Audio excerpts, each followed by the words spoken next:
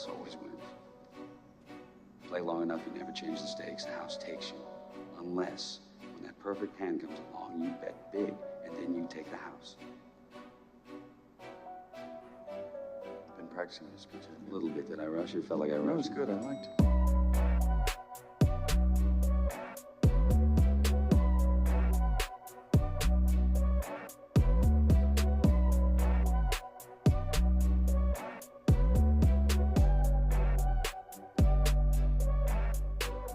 What's up, everybody, and welcome back to the Big Easy Bets podcast. I'm your host, Logan. With me in the studio, Nick Von Brick. Yo. We've got Bam in the control booth. What's up? Episode 238, College Football Week 9, NFL Week 8. Hit the like and subscribe button if you don't mind. The season is flying by, in my opinion. We're already 2 months in. Still a lot of money left to be made, but we're going to recap how our previous week went. I had my first losing week in the NFL with a little bit of controversy, which we'll get to in the recap. But first losing week took us 7 weeks to get there. So we got to bounce back. Starting with Thursday, we're going to try to do it again. How are we feeling? What are we, halfway through? A little more in college? Yeah. What about you, Bam? How are you feeling? Pretty good. All righty. Not too much. That was insightful. Couple things before we get into the recap. I went to the zoo last week. When's the last time you went to the zoo? I don't know. We're supposed to have like a top 10 zoo in America. Like the locals will tell you it's like the best, but it's not. But it's supposed to be top 10, the Audubon Zoo in New Orleans. It sucks. I was not impressed at all. It was, Bam, when's the last time you went to the zoo? You look like somebody that would really like the zoo. Probably like fourth grade. Okay. So a long time. Yeah.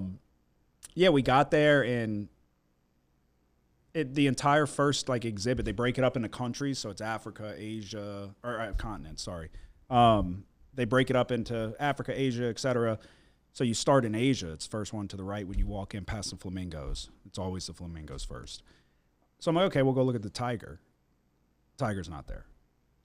And then the guy said, like, yeah, they're doing construction, so the tiger, we had to move the tiger. Okay, great. You could have fucking took a little off the price. If you don't have the tiger, what do you have? If you don't have the tiger, then it's all downhill from there.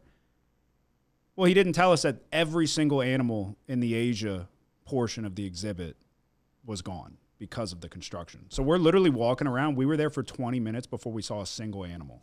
I was like, asking the lady, I'm like, are there any animals here in the zoo? Not one. You saw like 15 empty containers, no animals. So that was a tough start to the zoo visit, but I took a picture. I think they're drugging the lions.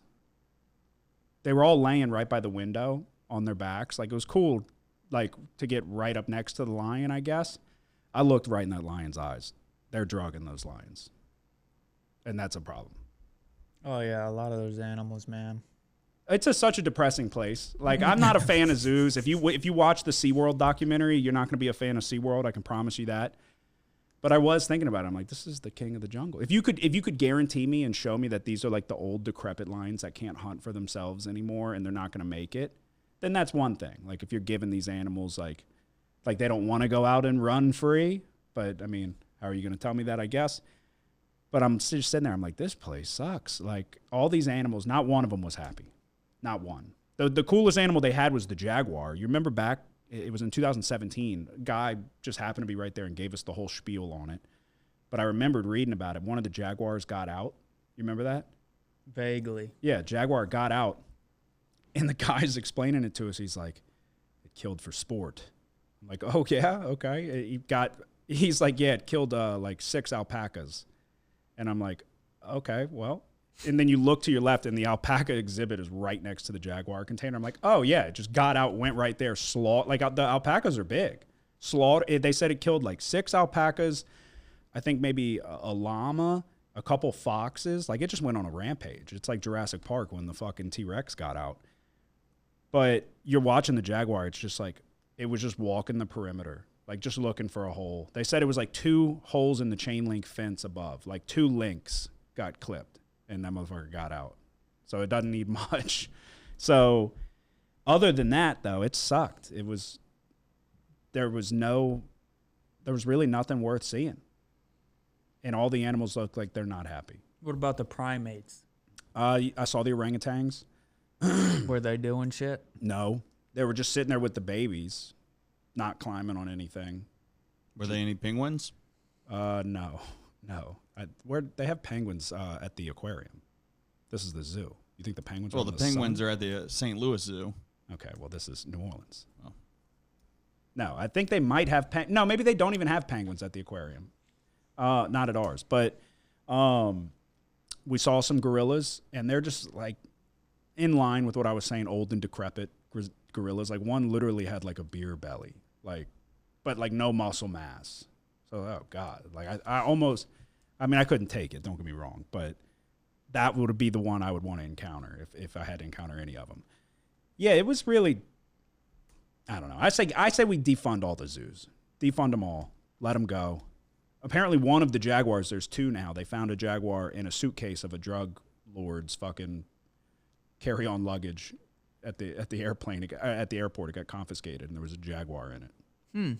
That's what they said. They said they had to find a home for it, so they brought it to the zoo. But yeah, that I'm kind of standing on that. I think we defund the zoos. It was not worth the price of admission. You don't have the tiger. What do you have? Were the elephants out? No, they weren't. They were. You could Jesus see them. You could see it was Christ. hot. They're in the paddock. They weren't even out. I swear to God. Yeah, it wasn't that hot though. Like that's what I'm saying. I don't know if they're babying these animals. It was 90 outside. We weren't pushing upper 90. It was probably mid 80s actually. It was probably like 85. I don't know. It was subpar experience. Maybe I just had a bad one, but we got to talk about Bam's betting etiquette. I know he's not going to want to talk about this, but we got to talk about this. Jesus Christ. So we're watching the Vikings game, my lock of the week, and he was on it too. He tailed it. And so in the midst of Hawkinson getting absolutely screwed, that Hawkinson caught a touchdown that would have put the Vikings inside the number and would have covered the number, and he went on a rampage in the media about how it's bullshit and the refs told him on the field like it was going to stand. They got a call from New York and overturned it. It shouldn't have been overturned. We should have covered the game. But so at the lowest point of the entire bet, when Hurts hits Devontae Smith on a deep ball, Bam has the audacity to lean over to me and go, well, at least I'm going to get a win in fantasy this week. I said, are you fucking kidding me? Mind you, that was Bam's first win. We're halfway through the fucking season. That was his first win. He has a 10% chance of making the playoffs. He would need a team full of players to die. It was a 3. Huh? It was a 3% last week. Yeah, Bam, that's what I'm saying. So I get it. the amount of money I had riding on this bet for Bam to lean over and say, well, at least I'm going to get a meaningless win in fantasy as I'm in dead last and my team's 1-6. Like, that's a crazy thing to say. Do you agree? Yeah. And then he doesn't want to hear any rebuttals about it. But it's like, that was my biggest bet of the week. That was a big hit. I needed that. But Bam's rejoicing in the fact that he's going to get a win in fantasy. Yeah, I realized once I said it, that was the wrong thing to say at the wrong time. I should have just kept it in my head, and I'm sorry. Yeah, but I don't think you realize. I think I said something, and then you're like, okay, yeah, after the fact. I really don't care about fantasy. No, I would lose fantasy for the rest of my When life. the if I games can are win my going on, bets. like, I don't care. Yeah, if it comes down to Ashton Ginty was my first round pick. If it comes down to like, if Ashton Ginty scores, I'm going to win this week. But if he doesn't, then I'm going to win my bet. I hope they fucking break his legs. Like, take him out for the year for my fantasy team for all I give a shit. Not that I actually hope that happens, but yeah, no, Yeah, I don't even check the score no. until the games are done. I'm like, It's like a pleasant surprise when Yeah. it goes Oh, well. I Like, won. good. And like I I won. know who's on my team, so like Yeah. if somebody catches a touchdown, I'm like, oh, okay, it will trigger in my head. Like, yeah, he's on my fantasy team. But it's like if it goes against a bet I place, so I'm like, damn it, that's not good at all. So yeah, that means you're not betting enough, I guess, because you said you bet that game. So he's like, well, that's good for my fantasy. I'm like, this is gonna ruin me. This is fucking terrible. We don't unit shame around here. I didn't say what your unit was, but we broke it down while we were at the table. And we don't need to go into it. But let's put it this way. That one game, I had more on that one game than Bam bet the entire fucking weekend. So, but Bam's got to shove it down my throat that he's going to get a win in fantasy. It's crazy. It's crazy. And I just got to sit there and he's eating fucking spinach and artichoke dip. He just goes back to eating his dip. Like, I don't know. All right, are you ready to come around to terms that we got to fire Brian Kelly? Yeah. Or are you going to still keep kicking the can down the road? We'll see what happens. Okay, so you're not. I've been calling for it for years. I don't want him to stick around, but clearly, like, it's the season's not over just yet, but That's what, okay, people keep saying that. Is it really not? It feels like it is. We stink. I mean, I don't know. But I don't feel like we control our own destiny anymore. No, but You if need you other- win all your games. But you don't control, but you need other teams to lose now. Right, but I mean, last year all the 2-loss teams got in. But it's like, look at it this way. But if Bama runs the table, Georgia runs the table, and they may, no. Well, they we have to play Bama. Right. So if we beat Alabama will have 2 losses and we'll have 2 losses. Who are both atop the SEC right now? Georgia and Bama? A&M Oh, right. A&M, we play them this week. and is there any other team? Alabama's undefeated in Yeah. SEC play as well. Yeah. I don't know. A&M, Bama, Georgia, Ole Miss are the top 4. Yeah. Okay. And Ole Miss just lost to Georgia, obviously. Push that to the front now that I'm seeing it. Yeah, I feel like I feel like it's a matter of time, right? before we fire him. Yeah, like So let's get on with it. That's the way I always feel. Let's go then. Fucking. but there's still the outside chance that No, I'm not saying today, but like, I mean, I guess I am saying today, but I'm looking at it from the standpoint of the season's over. Like, I don't feel like there's any hope that we just lost to Vanderbilt. We just lost to fucking Ole Miss, who Georgia didn't fucking punt in the game against them. We couldn't score on them. There's serious issues with the offense. So I'm looking at it from like, that was the nail in the coffin for me.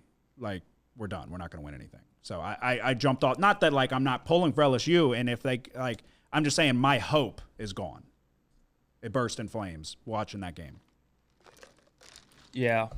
But no, I mean, truly, in all seriousness, I feel like we've been robbed by Brian Kelly. I feel like the wool's been pulled over our eyes. We've been bamboozled. All we heard all offseason was we're keeping receipts, and we'll see in the national championship as he's holding out the cup. Spare change, fucking throw it in the NIL fund. We're going to go get all these good players.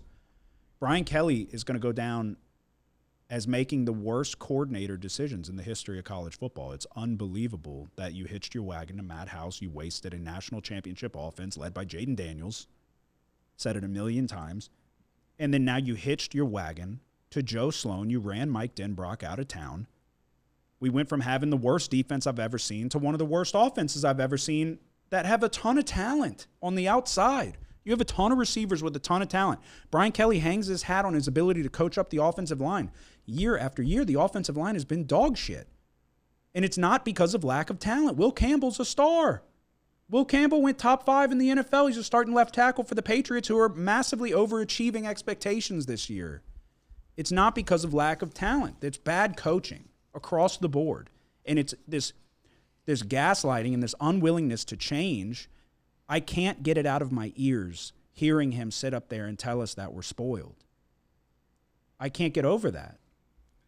Yeah, I think the biggest problem is what you just touched on, the inability to recruit and develop an SEC offensive line.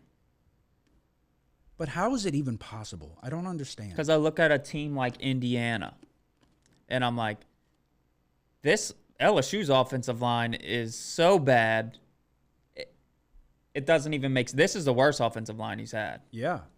So it's getting worse. But this is the most expensive team he's ever had. So you just went and got a shitload of wide receivers.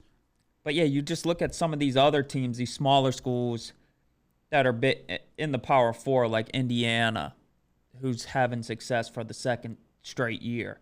in teams like that, it's like, well, how can they recruit and develop an offensive line, but LSU can't? Yeah, it's a problem at the top. It's a coaching problem. That's what it is, because it's not a lack of resources. It's not a lack of talent. It's not a lack or the accessibility to talent. On a side note, could you imagine Kurt Signetti in purple and gold? Yeah. Is there anybody that better fucking encapsulates the attitude of like Baton Rouge and LSU, in my opinion? He reminds me of Saban. Yeah. And he's from the Saban tree. Go fucking just kick the tires. Say, hey, we'll give you everything we got. We'll give you everything we got. We'll put your name on the field. Dude, I don't know. In all seriousness, it's disgusting. It's a disgusting coaching performance. And it seems so lazy in hindsight. It really does seem like he just took a paycheck on his way out the door. It feels like he robbed us blind. Brian Kelly, that is. You overachieved the first year. You beat Alabama because you had superstar NFL talent on the team. But it's hilarious, too, because I see people talking about the 1 yard line issues, which are a serious problem. It's warranted. But when you think about it, you remember all those Florida State games, how many times we got to the 1 and couldn't get it in? Like the past 2 years? Yeah. This is not a new thing. This is a fucking serious issue that's been there. We can't fucking score from the 1 yard line. I've never seen a team make 1 yard more difficult, but this has happened for years now. It's not just this year. Remember in Tallahassee playing Florida State, we got down there, we kept going for it and kept getting stuffed. Yeah. It is a fucking issue. He's come down and he's made us a bunch of soft pussies. When I texted you, when Durham got hawked, I was like, this was after we got stopped, but I knew it right away. I was like, usually you celebrate a big play like that. I was like, man, fuck. We might as well be we're too back. close. We might as well be back at the 50. Yeah, we're too close. No, so I texted you. I said Barry houses that. I wish it was in Harlem Barry's hands because he's faster. Good run by Durham. Guess what? We got down there, can't get a fucking yard. It's gross. It really is. And then the defense, a complete no-show. Everyone's like, make Blake Baker the head coach. I think Blake Baker might be a dumb fuck. Yeah, I think Pavia was magical in that game. No, we got Pavia again, and it's insane. But because there was a lot of times where we had the blitz dialed up, and our guys and they couldn't don't understand it's basic pass rush principles and stuff like that. Where even the play. Well, we were so aggressive. There was an adjustment late in the game, and it might have been Woodland that instead of running straight at him, he kind of took a containment type of an angle to get him, and he actually got his hands on him, but Pavia stiff-armed him and then made that incredible throw. Yeah. That was even more of an incredible catch, the diving catch. So it's like, dude, I don't know. I thought just breaking down the game, I thought the offensive line was really bad.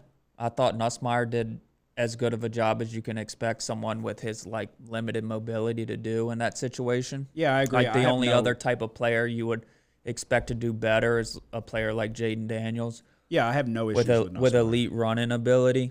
And then I thought the defense had chances. They just couldn't get off the field. Well, they got dominated by Vanderbilt's offensive line. Yeah. That was remarkable. They were, dude, you go back and watch, they were bullying the D-line. They couldn't get off of blocks. They were pancaking people. I'm like, oh, fuck. Mm-hmm. And that's the talk coming in. Obviously, everybody knew Vanderbilt has a good offensive line, but you'd like to believe our defensive line has a bunch of guys as well, and I thought so. And I still think it's a good defense. But what's his name was out? Whit Weeks being out. Yeah, that was and a then problem. Good. Bernard Gooden being out. That's fucking huge, right in the middle. No. And then who's our other tackle? Didn't he get banged up to start? I'm not sure. I don't know. But yeah, it was I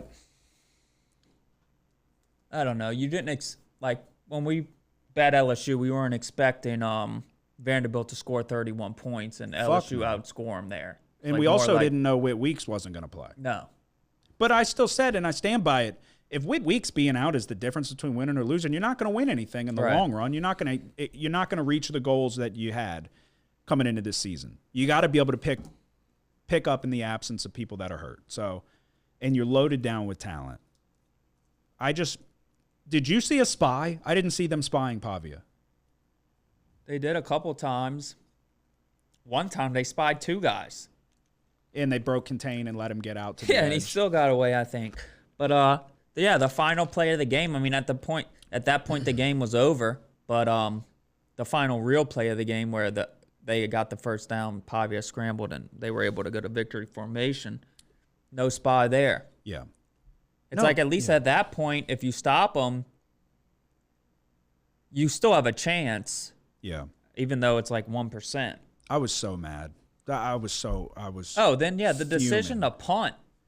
Oh yeah, that's another perfect example. It's 4th and 8. You've gotten a couple stops in a row, but before that you weren't able to get any stops all game. It's the same thing. No complimentary football where you're a revolving door to start the game. Offense is scoring, but they're answering us every time, and they've got the lead. They keep answering back, and then it comes down to, okay, we got a couple stops in a row. Offense can't do shit. So there's no picking each other up, having each other's back. But yeah, that reminded me, Harold Perkins that was such a bad game. Like that was the worst game I've ever seen Perkins play. But that's always been the knock on Perkins, is like if he's in coverage, you drop him back in zone, he's a liability, and he is. So why do we keep doing it? And it was glaringly obvious there. But he's missing tackles. There was that one drive where it was every play he had a hand in the outcome, and it was just bad every time. He fucking broke on a fake to the flat and just vacated his zone and wide open to move the chains on 3rd down. It was such a bad game from Perkins. Yeah, and even the touchdown where he gave up. He fucking just stopped. In the tight end. Everyone else is lined up on the other side of the ball. And they just fake it, and then Perkins he's wide open in the end zone. Oh, yeah. I'm thinking there's one. That was the same drive, though, where he missed 2 when he was rushing the passer. And Pavia spun out on him twice, I think. Yeah. But yeah, that was like the all-time worst drive ever for Perkins. No, it was, like that's why I texted you. I was like, you got to put him on the fucking bench. I don't give a fuck he's wearing the 7. I don't care what his name is. You got to put him on the bench because he's a liability on the field. He's the biggest liability on the field this game. And there's been issues. Look, he's never been able to duplicate what he did his freshman season. That Arkansas game, he wrecked that game and fucking basically won it by himself. Never been able to get back to that. Obviously, I know he tore his ACL, and I think he's a great player. I think he's being misused. And he got off to a good start this year, but you're going to drop him back in his own coverage, and he's a complete liability. So, but keep doing it, Blake Baker. You fucking know what you're doing, I guess. I don't know. That was such a frustrating fucking game, and it feels like there's nothing that gives you hope that we're gonna run the table and we're gonna do this and that. You know what I mean? And I remember looking at the schedule. I'm like, no fucking way, the number should be at 8.5 wins, or it might even been 7.5. But it's like, maybe it fucking should have. I guess it's like how are you supposed to see this drastic drop off from the offense when Nussmeier's slinging it around last year, and like what you saw in the bowl game against Baylor? Has Hilton caught a fucking ball this year? He probably had 200+ yards and like 2 or 3 touchdowns against Baylor in the bowl game. Granted, we see how goddamn awful Baylor's defense is, but still, it's like, what? Just where's the aggressiveness? Where's the deep shots? Where's anything? You paid the fucking receivers a lot of money. It's also a lot of like, it's like a combination of LSU like playing as bad as they possibly can, and then also you looking at the 2 losses, like Ole Miss. Outside of the game Ole Miss just played against Georgia, Ole Miss offensively played their best game against LSU. And then the same can be said for Vanderbilt. It's just like there would have been a lot of teams that would have struggled to stop Pavia the way he was playing. I agree. This Saturday. Yeah. No, he played great. If he would have played like that against Alabama. And I was goddamn, then after this game, I go and I'm looking at Vanderbilt. I'm like, okay, Vanderbilt's just a lot better. Like, Vanderbilt could be a playoff team. They still, they might get there. They have one loss to Alabama. This was a game where Pavia turned it over twice in scoring territory. Yeah, no, they were doing enough to be in that game if he doesn't make those mistakes. So if he can play like that, Vanderbilt's got a real shot. Yeah. Yeah, I don't know. We'll see. We'll see how it shakes out. I just, for those keeping track, I have completely lost hope. I have zero hope. It's all gone in terms of LSU. So I'm over the Brian Kelly experiment. So if not Cignetti, who else would be on your short list for head coach? Kiffin. Would you get Kiffin? I've said I hate Kiffin. I hate him too, much. but I like him better now. The second. Well, what do you mean? Because I used to hate when he would go for it he went for it every time. I just think he's so overrated. But you put on a purple and gold shirt, I'll fucking.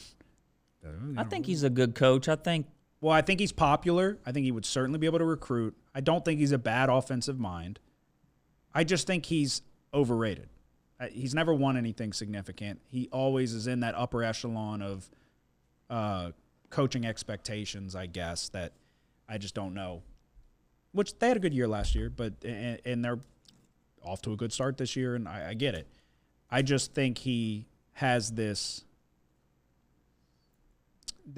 reputation around him that I don't think he's lived up to. So, but yeah, I mean, you come to LSU, I think he would take the job in a heartbeat.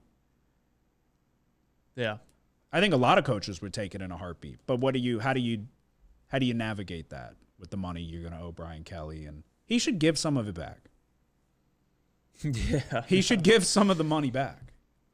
But okay, if not, do you have any other? If not Kiffin, who else? Or is that it? Yeah, that would be my two. And I think you can get both of those guys. Cignetti just signed that extension. Yeah, you just have to pay him more. Yeah. No, he's going to want to – you can tell with the attitude he has and all of that, he's going to want to prove that he could do it in an SEC school. And it's Indiana versus LSU, let's be real. No, yeah, of course. But they paid him, and they're probably going to pay him more. Like, Indiana's got money coming in. Like, that's why they were saying why – like, he wouldn't want the Penn State job over Indiana at this current day and age. Like, Indiana has some big-time donors and all of that. But no, it is – He's from the Saban coaching tree. I think there's only like a couple schools outside of LSU that, like, you look at Georgia and Alabama. And then, I think Florida would be fringe in there, like what they did with Spurrier and Urban Meyer and all of that. And but yeah, LSU's a top 5 program and a top 5 spot in the country, without a doubt. Like, outside of that, I mean, Ohio State would be a big one. But yeah, I would do it just because the fact that he came back, like, I kind of expected them to fizzle out a little bit. Like, okay, they struck gold last year, and then, like, I didn't see Indiana doing what they did this year or are currently doing this year. Fernando Mendoza might win the fucking Heisman Trophy. Yep. So Cignetti's clearly a damn good coach, and to be able to do this at Indiana's the number 2 team in the nation. Like, that's crazy. I would pay him. It'd be a blank check. It'd be write whatever you want. Write your number down. And then pack your shit. We're not leaving until you're fucking on the plane with us. So 2 more things, and then we'll get to the recap. Do you think J.J. McCarthy's actually hurt, or is he just ass? I think they've kind of gone with Wentz. It's been a soft benching. Yeah. Yeah, it's a very funky situation with J.J. McCarthy where originally Adam Schefter tweeted out it's a 2 to 4 week injury, and then he comes out and he's like, it's always been a 6-week injury. They're still following the timeline. It's like, they screenshotted it. You said 2 to 4 weeks.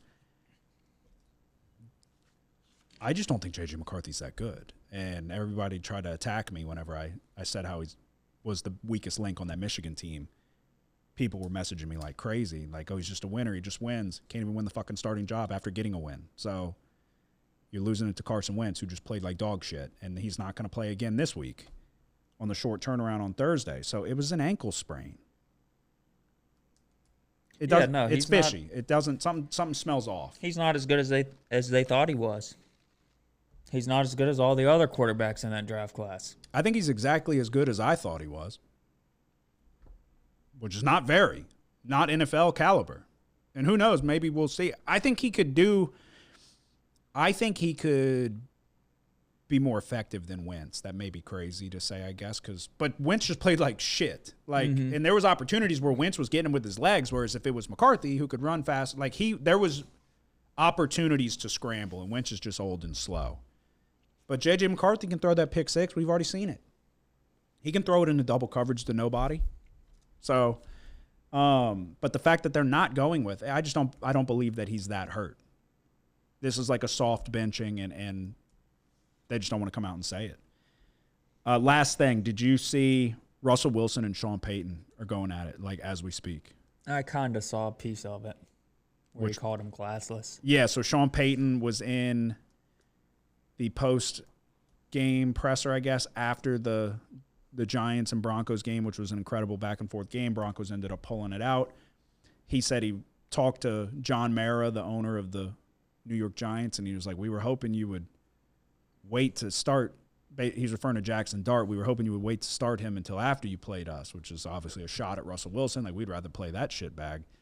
Well, then Russell Wilson came out and tweeted and said, yeah, classless, you still – he brought up Bounty Gate, still running bounties 15 years later or whatever. It's like, dude, Russell Wilson's such a fucking loser. Like, I tweeted at him. I was like, your bounty's worth a 6-inch Subway sandwich. Like, what the fuck are you talking about?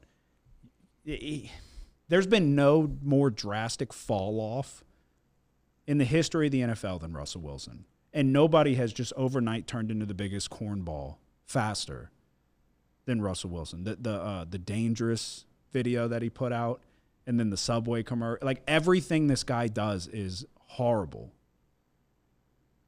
Like, he's universally laughed at throughout the league. And he fell off a fucking cliff. He fleeced Denver out of $1 billion. Bought the most expensive house in Denver history. Played like absolute shit. Was that Nathaniel Hackett? Yeah. He got poor Nathaniel Hackett. Went from Aaron Rodgers to Russell Wilson, and then Sean Payton. Sean Payton's an incredible offensive mind, one of the best in the history of the NFL. So for him to come in and be like, God damn it, this guy sucks. You know he sucks. Russell Wilson's bad. Brian Dabble nearly had an aneurysm and went in and nearly assaulted the team physician because Russell Wilson went in and threw one pass when Jackson Dart got hurt. So Russell Wilson should shut the fuck up. And Bounty Gate's the biggest sham of all time. Everybody was doing it. Everybody knew everybody was doing it. Sean Payton was playing a little fast and loose. The NFL had to kind of put him in check. So they used Bounty Gate. The real ones know. The people in the know in New Orleans know what was going on. They put Sean Payton in check in the form of Bounty Gate. We're going to suspend you for a season. You know what I'm referring to? Yeah. Yeah. Do you know what I'm referring to? Nope. You know. I'm not going to say it just because. Just some things weren't adding up. Yeah, stuff was missing. Stuff was missing out of the medicine cabinet. Yeah. In the form of Vicodin, okay? Allegedly.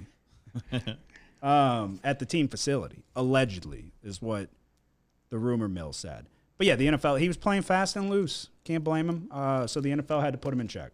Bounty Gate's a sham. This is what the point of that was. We weren't going to pin Sean Payton with allegations, but we did. And Sean Payton's a wild card. Look, you want to open up that can of worms again? We remember why we went to the Greenbrier. Come on.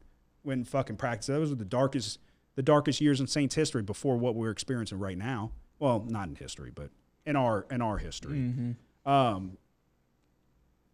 Because he was, yeah, we're not going to do it. Sean Payton's a good coach. But yeah, Russell Wilson should shut the fuck up, is what it boils down to. All right, let's get to the recap. Another week where I went 5-5. This was much less of ball didn't bounce our way. This was some bad picks for sure. Delaware -2 to start the week.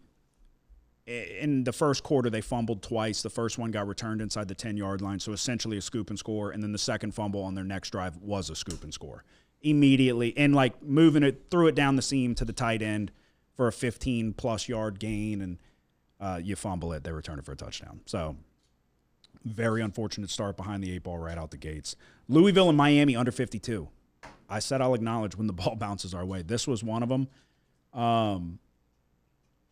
Should have took Louisville here. I've been banging the drum for Louisville all year. You were on them a couple times too. I've said a million times how good of a play caller and offensive mind Jeff Brom is. But that defense is solid. Louisville came in here and handled business against Miami. Carson Beck had the ball, turned it over, I think, 4 times. His 4th interception. They were going in. We had under 52. They were going to go hit the over. Even if they settled for a field goal, I can't remember what the exact score was. I can pull it up right here. Yeah, it was 24-21. So they were going to go tie it, send it to overtime, and then we would have needed no more than a field goal, which is highly unlikely to only get one in overtime. Carson Beck threw a pick. Incredible interception by the defender. So we hit the under there. Minnesota plus 8.5. I think we were both on it. They dominated Nebraska, 24-6. That was fun. It was a good Friday too. 2 winners on a Friday. And then forgot about that. Cal minus 10. Terrible play. They should have lost outright. I'm off Cal. I'm done. As I said, it was my last one. I regretted it immediately. I've texted you the butterfly effect of what I saw to start this year has affected me mightily throughout this year. Where Alabama looked like shit against Florida State, back Florida State against Miami, and go away from Alabama a couple times. It's fucking. There's been so many teams look great to start, and then no, they're not good at all. Cal, JKS look like a damn first-round pick to start the year in. That offense is so one-dimensional. They don't give him any help with running the football. I do think he's going to be a very good player for a long time in college. But I don't want any part of that right now. They go on the road to Blacksburg this week. I looked at it, but didn't get to it. LSU plus 2.5. We talked about it extensively. Georgia minus 7. I hopped on it with you. Little lucky to cover this number. Would you agree? This was so lucky to cover this number. What exactly happened there at the end? Okay, what, you were fucking... What happened that was lucky? They were fucking, losing the whole game. Yeah, but... They scored 17 points in the fourth quarter. 17 unanswered. And how many did Ole Miss score? 0. Exactly. But that's the fourth quarter, so we went 3 quarters. I'm like, fuck. I'm not even gonna lie to you. I kept wondering, watching this game, I'm like, okay, dude, when is this gonna punched the stop? whiteboard 5 fucking times, and I put X's on Georgia because I was in the midst of Baylor in 3 different rain delays. This game kicked off at 11. It didn't end until 6 in the evening. And they almost made the most improbable comeback. I'll get to it in a second. I thought I broke my hand. I punched that board's beat to shit. But, yeah, I put X's on Georgia. I had to go back and you can still see a little bit of red under the check by Georgia. I gave us both X's. I said, fuck. And then we came back. It was not good. It wasn't looking good, but it was going into the fourth quarter. It was 35-26. And we got to win by more than 7 to win. Yeah. That is nothing, for no part of that. I never felt bad about it. Yeah, right. There is literally no way. No, I didn't. I just was wondering, when are they ever going to stop this fucking scrub? Because it was. They had 35 points going. Neither team punted until the fourth quarter. And Georgia didn't punt at all. Yeah, and Georgia. No, they fell off a cliff. Ole Miss offensively, exactly. Not exactly, but pretty much what I thought was happening, where Georgia was having a ton of success offensively. They were running the ball okay, not as good as I thought they were going to. Yeah. But I was like, this guy Chambliss, and then finally the last couple drives, he was off the mark. Yeah. No, Because really, even the last time Ole Miss got the ball, there was a couple guys he threw the ball to that were open, but he just threw it at their feet. but to cover the number, not even just to win by 7. They win by 8, and we win the bet. That was lucky. That's where we gotta. You could say, okay, if they play it again this week, you're hammering Georgia from what you saw, and they were just having putting points up on the board, and then Georgia's defense, whenever the game got tight, Chambliss melted away. But like at halftime and shit and going in, everybody's like, Jesus Christ, this kid's the real deal.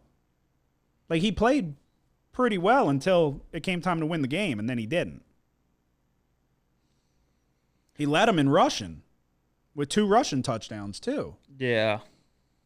I know. I did not think we go. were. I put X's. I almost never put X's. I never think the game's over until it's over. And I was like, we are fucked. Down 9 going into the fourth quarter.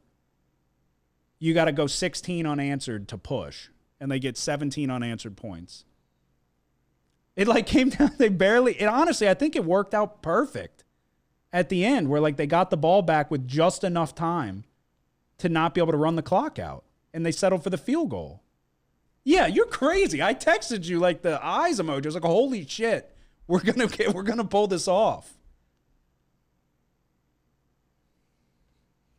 That was a lucky one. Not saying Georgia would. I don't know.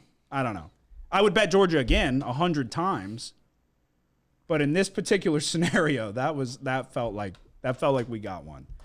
Notre Dame minus 8.5. Again, both on it. I think. Yeah, I jumped on it with you. You gave it out first.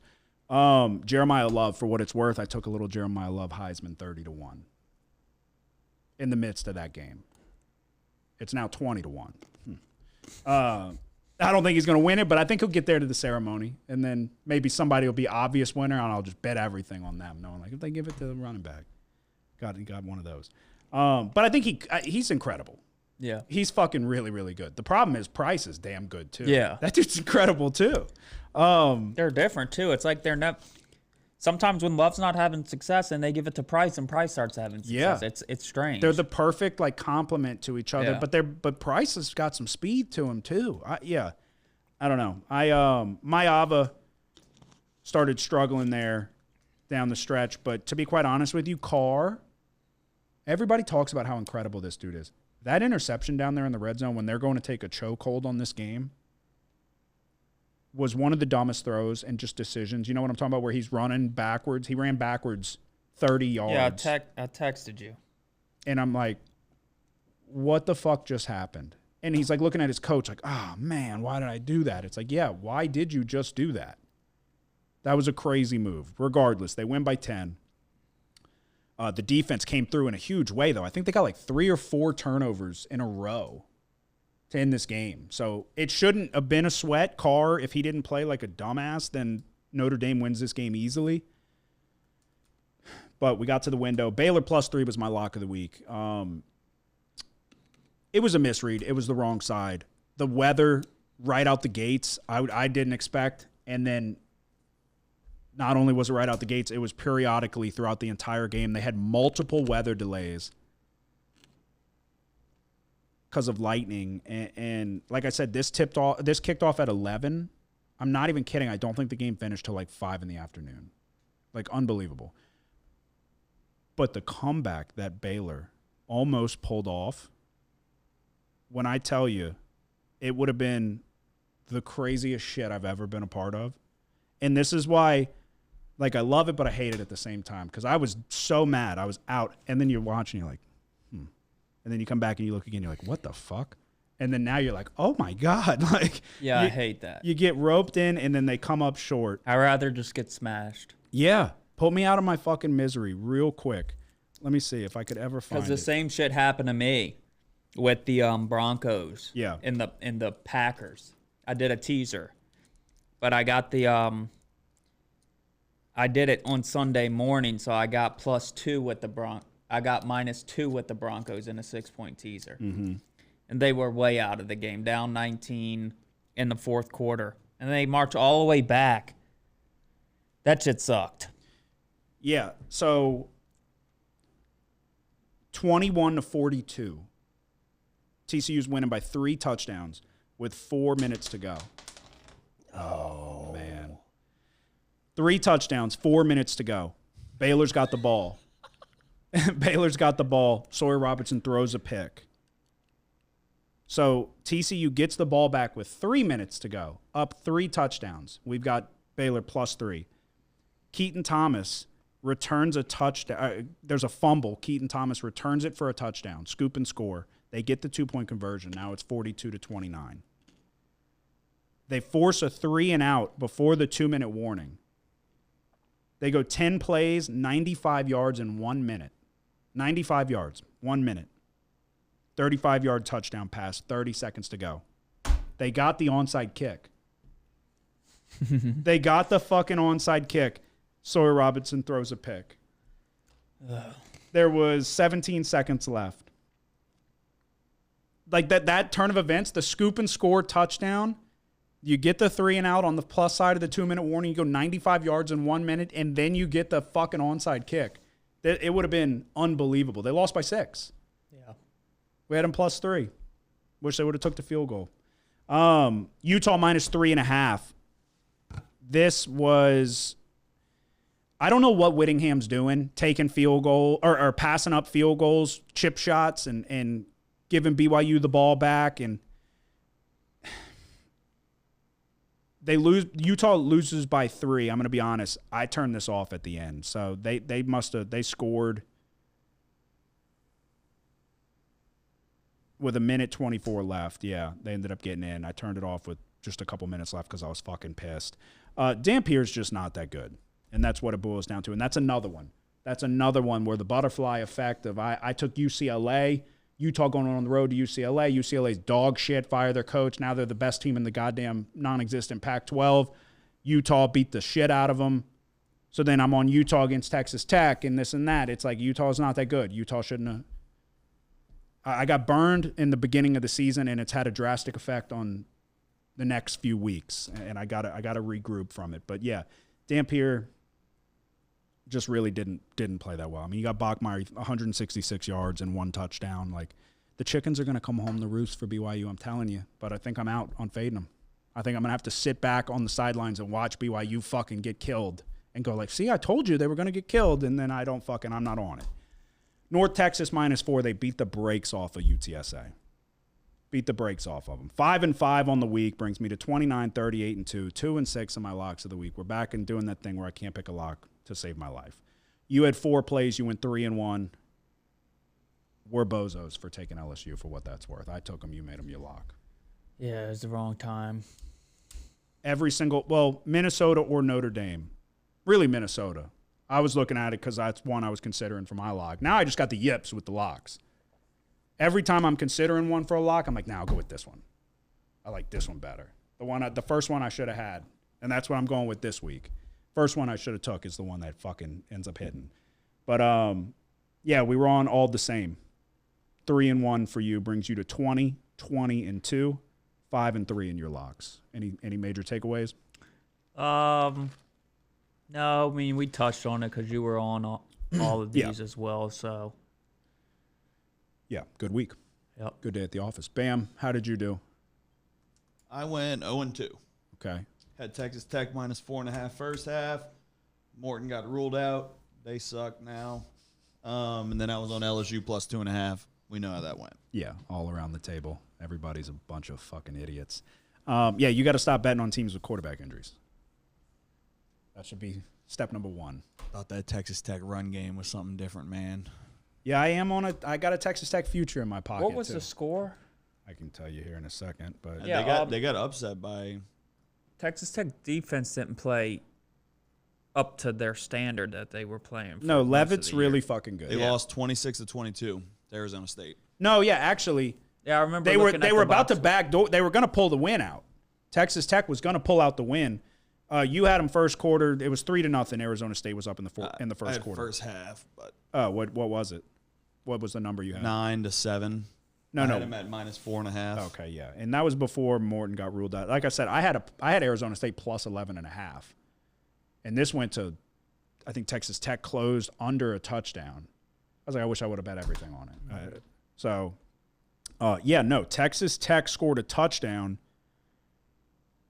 and took the lead 22-19 with 2 minutes to go, and then Arizona State went 10 plays, 75 yards, and under a minute and a half, scored with 33 seconds left. Leavitt's really good. That's what that boils down to. But that's without your starting quarterback, though. people are already like Texas Tech's out of the college football playoff and this and that. They have them out of their projections.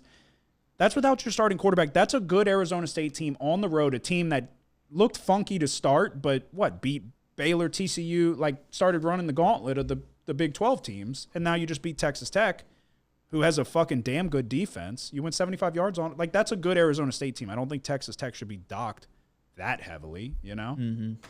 All righty. So we look ahead to college football week 9. We're going to try to get to the window here, try to find some winners. You've got 4 plays. Bam's got 2 plays. I got a usual probably 6 or so. Do you have anything Wednesday, Thursday, Friday? No. No? Okay. I do have Wednesday. So we'll start it off. What were you doing? I was thinking about taking Tech tonight, but I stayed away. Louisiana Tech? Yeah. What was they the getting spread? smashed? 20-7 in the first half. They're down? Yeah. Sometimes things just work out. Yeah, thank God we record on Tuesdays and not Mondays. All right, so we're going to go to Middle Tennessee, Delaware. Delaware's back at home. We were on Delaware last week, -2. Like I said, the scoop and score fumbles right out the gates, put them behind the 8 ball. I was scratching my head with the game plan of Delaware. They just wanted to air it out over the top, and nothing was there. Jacksonville State was covering everything down the field. But you put yourself in a 2-touchdown hole right out the gates because of fumbling. You hand them the scores. Offensively, Jacksonville State wasn't doing much to start. And then Cam Cook got going, former 5-star running back. I think he was at TCU before. They had 456 yards of offense. They can move the ball. It's going to be a lot easier to move the ball on Middle Tennessee. Long story short, we are taking Delaware -8.5. There's possibly a little bit of weather in the forecast. I think that favors Delaware.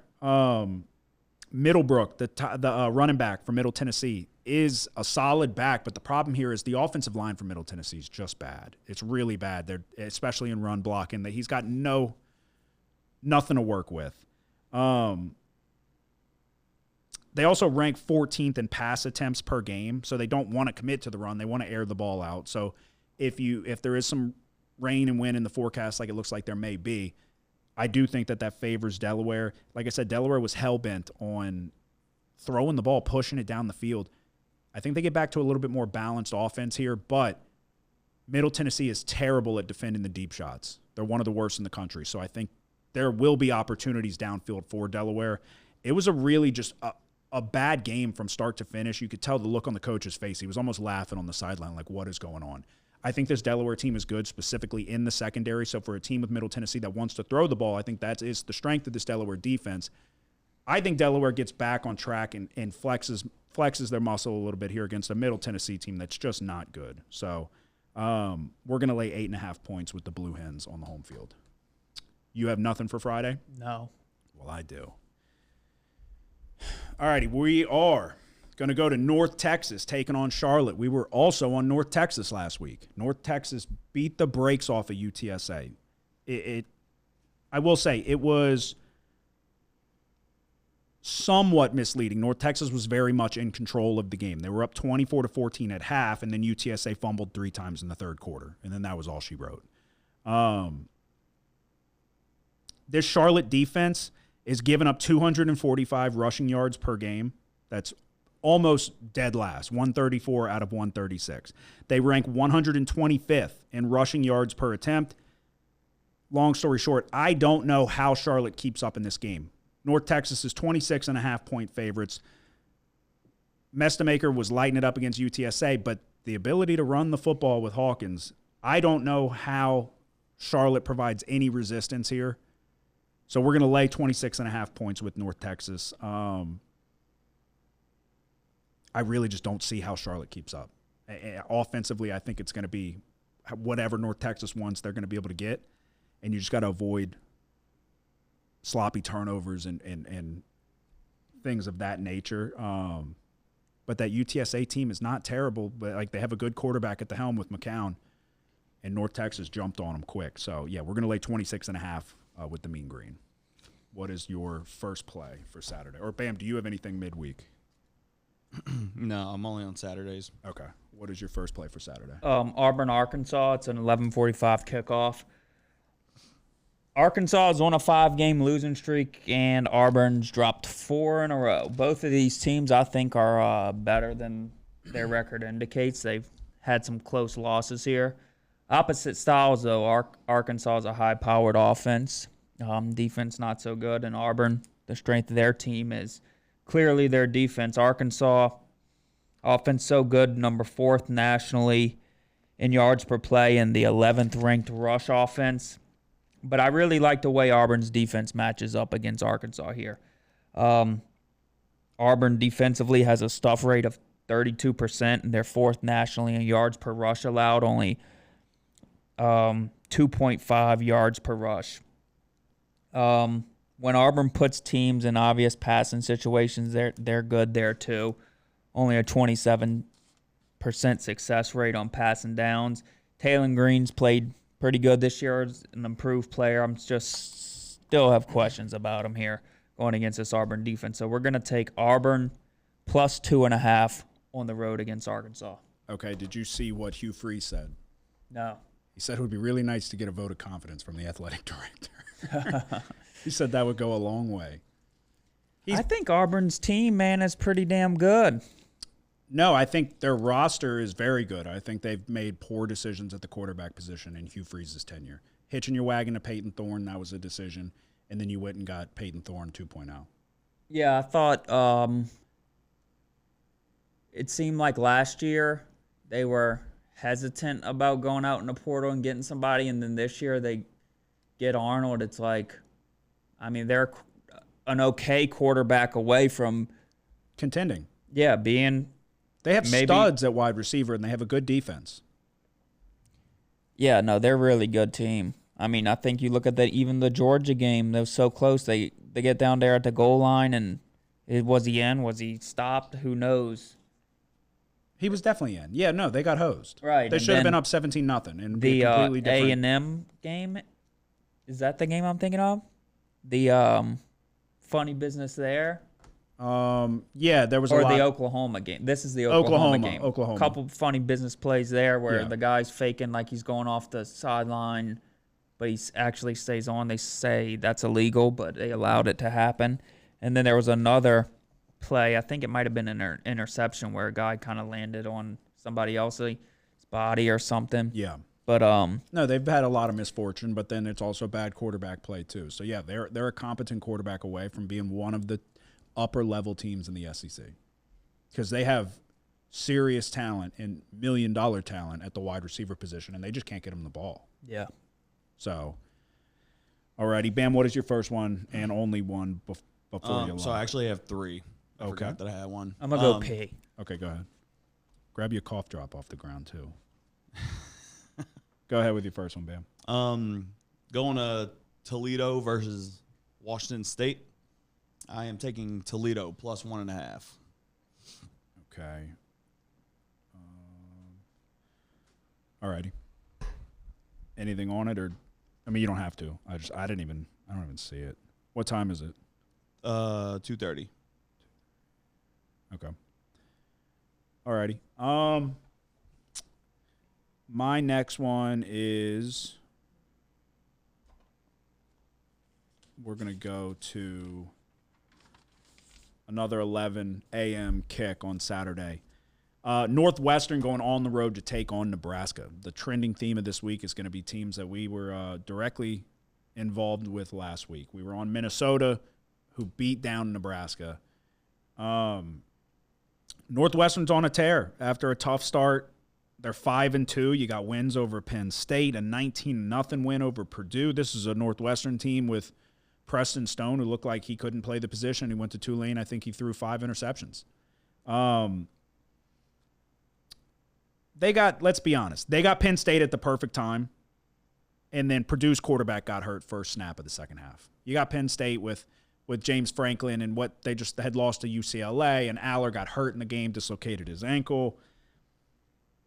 This will be Northwestern's second road game in nearly 2 months. They've played almost entirely at home. Now you got to go to one of the tougher places to play against a Nebraska team that just got embarrassed by Minnesota. I'm going to lay the points with Nebraska here. Money has come in on them. There are no more 6.5, so we're going to take Nebraska -7. I think the Cornhuskers bounce back. I think Raiola, look, I think he's overrated. I don't think he's as good as advertised. I do think he's still a solid college quarterback. And I think defensively, Nebraska, and then with this environment, I think that they can bother Stone and they can get back on track here. They really need to. I understand they had, like I said, Northwestern with the wins over Penn State, and you blank Purdue, but the quarterback injuries and Penn State in turmoil, it doesn't look as good in my opinion. So, we'll take Nebraska -7 at home. You got any thoughts on that one?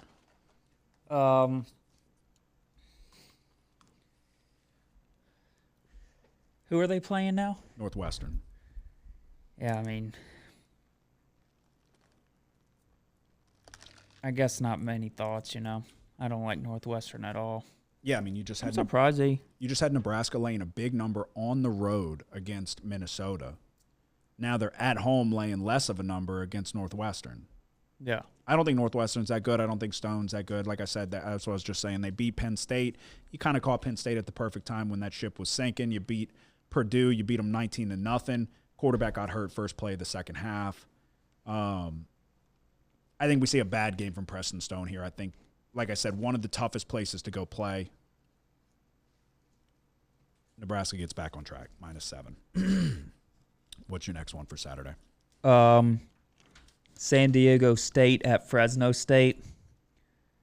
San Diego State looked strong, winning 4 straight since dropping 1 to Washington State, 36-13. Fresno State, on the other hand, coming off of a bye after losing by 4 touchdowns as nearly a touchdown favorite to Colorado State. It sounds kind of crazy to say because we were on Colorado State when they played Fresno. It was clear even watching the game, even though Fresno lost by 4 touchdowns, that they were clearly better than Colorado State, right? You look at this game in the box score, a lot of mistakes for Fresno here. 13 penalties and 4 turnovers. I think Fresno and San Diego State are closely matched here. San Diego State, not as good on the road. On top of that, it's their second straight road game. Fresno State coming off of a bye. I like Fresno here. Fresno +3. Okay. My next one's going to be a 2:30 kick. Like I said, the theme, that's what I was saying while you were gone. The theme of this week is going to be teams that I was directly associated with last week. Minnesota going on the road to take on Iowa. Iowa's laying 8.5 points on the home field against a Golden Gophers team that just beat the brakes off of Nebraska. 8.5? Look, Penn State in the midst of a free fall after Franklin fired and Aller out. I'm not that impressed with Iowa's win over Penn State. And it's like, is that what's getting it to this number? You won by 1 point. Just with stylistically the way that Iowa plays offense, you're not really designed to win by margin. I said last week I was a believer in Drake Lindsey, so that by default means I'm still a believer in Drake Lindsey. But the biggest thing here is that Minnesota got Darius Taylor back. We were talking about it last week. One of the best running backs in the country when healthy. He had 24 carries, 148 yards, and a touchdown. If Minnesota can get back to consistently running the ball like they did last week, it makes life easier for Drake Lindsey. I think we saw a much better showing from a Minnesota secondary that has struggled this year but has talent on the back end led by Coy Parrish. So I'm taking the Golden Gophers getting 8.5. I think it's too many points. I understand Iowa blanked Wisconsin. It's Wisconsin. They're not good. Wisconsin's in a free fall right now. So yeah, I'm taking Minnesota +8.5, getting the points. We're rowing the boats again. Another week. Bam, what is your next one? Going to Mizzou at Vanderbilt. 2:30 kickoff Saturday. I I'm laying the 2.5 with Vanderbilt at home. Mizzou, they just beat South Carolina by 9 points, but Mizzou showed that they, have what it takes to put this game away. So does that mean they're coming off a bye because South Carolina just played Oklahoma? So Mizzou must be. No, who did Missouri just played? They played Alabama 2 weeks ago. Yeah, I could have sworn Oklahoma just played South Carolina. They handled them. I thought Mizzou just went to. I must be tripping. Mizzou's playing Vanderbilt. They just played Auburn. Yeah, they went to Double overtime. Yeah. You said South Carolina. Oh. Yeah. Well, Scrappy either way, Auburn. I'm going with Vanderbilt at home minus 2.5. Yeah, I have no opinion on this one, to be honest. I looked at it. I don't have an argument either way. Vanderbilt went a century without ever being a favorite in an SEC game. Now they're back-to-back. Yeah, I like Vandy here, but I see the case for Mizzou. Yeah, I don't feel good about – I don't feel I super think confident Vanderbilt's either way. actually pretty damn good. Yeah, I'm not going to disagree with that. But They're just embarrassed. that's the way that everybody seems when they play LSU, Yeah. No, this will be – look, if Vanderbilt handles business here, then this is the confirmation, which I'm not saying – I don't think Mizzou's like a world beater. They have a fantastic running back. It'll be interesting to see how Prbula plays on the road.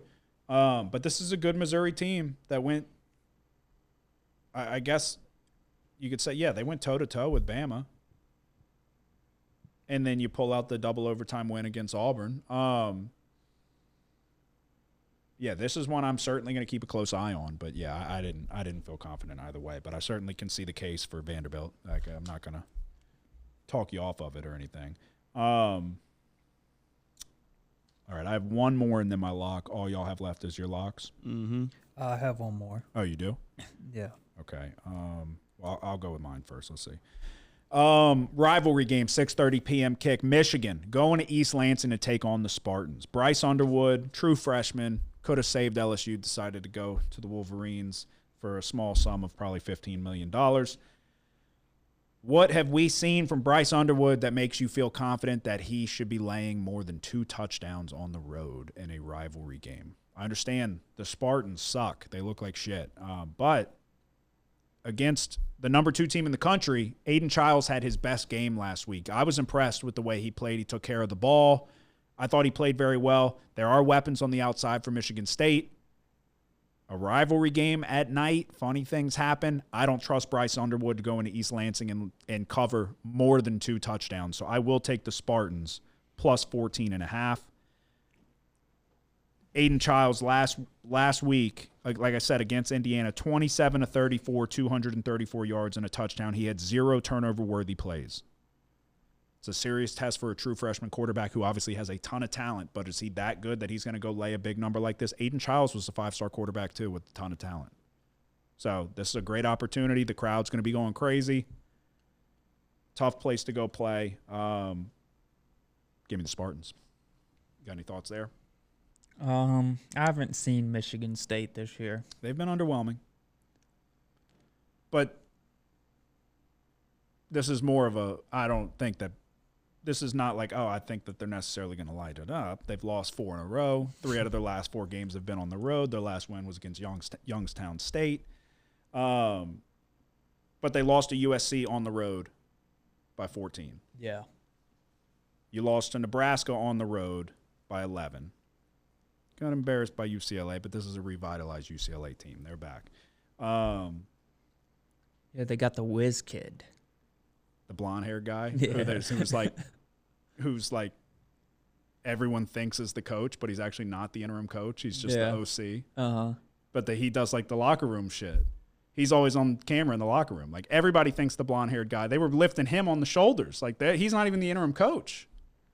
The interim coach is getting He's the interim offensive coordinator. Yeah, the guy though who's the interim head coach is like no one even knows who he is. It's all because they started calling the plays and they're fucking we're went scoring. from fucking rags to riches. Yeah. Yeah, this really just boils down to I don't trust Michigan to cover and lay this big of a number on the road. So, Yeah, taking the Spartans over 2 touchdowns, plus 14.5. What's your last one before you lock? Houston at Arizona State. I'm going to go under 47.5 here. Arizona State, we talked about it for the past couple weeks, how impressed we were with the way their defensive front played against TCU. And it showed up big last week against Texas Tech as well. After struggling against Devin Dampier in Utah. I don't know how much success Houston is going to have on offense here. With that being said, this kind of feels like a little bit of a letdown spot for Arizona State.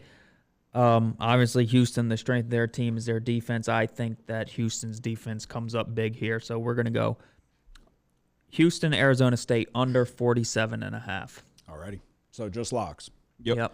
All right, no such thing as a lock of the week, but if there was... It's a lock, Kramer. You've had this thing under control for almost 3 years now. But it's a lock. They need that fucking juice. They need that next bet. They need... Come on. Yes! When they win, they go fucking crazy. You're a bad motherfucker. Go in that shower, grab your fucking nuts, and tell the world somebody's sniffing my fucking nutsack today.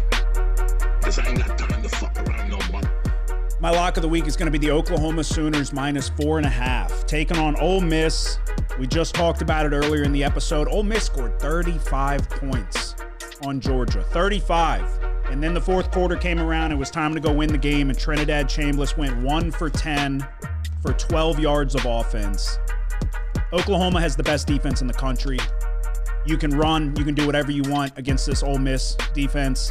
Mateer, with his mobility, is going to play a big role, but I think we see the game where Chambliss really, really struggles. This was his first road game last week against Georgia as a starter. Now you got to turn right back around and go to Norman, Oklahoma, one of the toughest places to go play. I think we see Chambliss struggle. I think we see Oklahoma get back on track after, obviously had the slow start in the Red River Shootout, but then they went in a game where South Carolina was a sneaky spot. A lot of people like the Gamecocks. Oklahoma handled them. They handled business. I don't think that Ole Miss is going to have much success on the offensive side of the ball at all against this Oklahoma defense. Pretty much any metric you look at, they're leading the way. They're leading the categories. Venables against a young quarterback, we've seen it time and time again. He can confuse them. He throws, looks at him. It's going to be a tough day for Chambliss. Like I said, Georgia did not punt one time against Ole Miss. So the defense is a tremendous problem. It is nowhere near the defense they had last year. They lost a lot of NFL talent on that side of the ball. And then with Mateer and his mobility, I don't see a path to success for Ole Miss, to be quite honest with you. And this is one of those spots where you've got the higher ranked team, you got a number 13 ranked Oklahoma at home taking on a number 8 ranked Ole Miss. Yet Oklahoma's laying 4.5, but Ole Miss is ranked 8. Oklahoma's going to roll here. So my lock of the week is Oklahoma minus 4.5. What about you? This is going to be a tough one to sell, right? Because we're going to take LSU again. Oh, my God.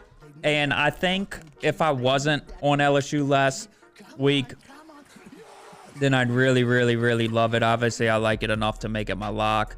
I thought overall the offense looked the best it has outside of the Clemson game. I would agree. Just the defense wasn't able to get enough stops. The offense had a chance. They had the touchdown, a procedure penalty takes it off the board. Pavia was incredible.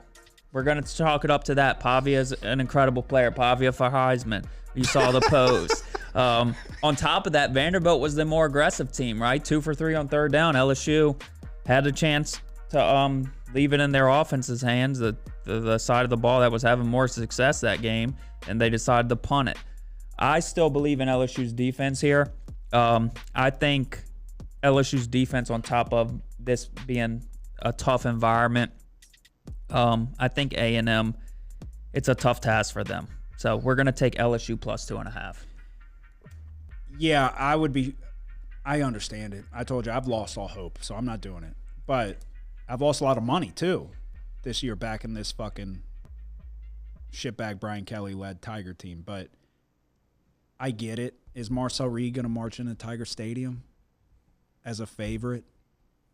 if they do, I mean, you better start really banging the drum to fire Brian Kelly on his ass because he's going to start costing you a small fortune. Yeah. This is back-to-back If they lose, locks. they'll fire him on his ass before he can even get to the tunnel. I will say, I was impressed with Marcel Reed so far this year. But I thought last week we had the defense that very much could bother Marcel Reed in this particular type of scenario. And maybe we still do. Maybe I'm overreacting to what I saw. I think we do. I think Pavia's an incredible player. Yeah, he is.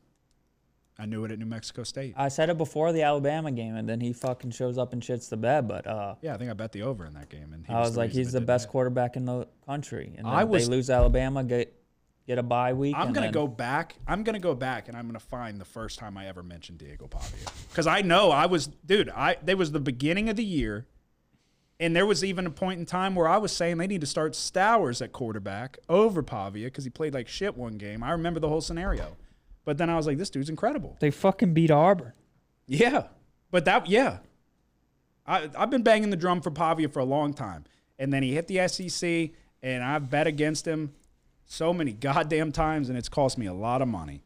Bam, what is your lock of the week? I already know y'all are going to hate this. Okay, great. I mean, maybe not, but going to Alabama at South Carolina, I'm laying the 12.5 with Alabama. I don't hate that at all. Bam, I don't think you know anything about what we would think. Okay. I don't. It just feels like one of those plays you go heavy favorite on the road. No, I think South Carolina has, like, don't get me wrong, I don't feel good enough about it to take Bama, but that's the side I would lean. I don't think South Carolina has serious problems on the offensive line.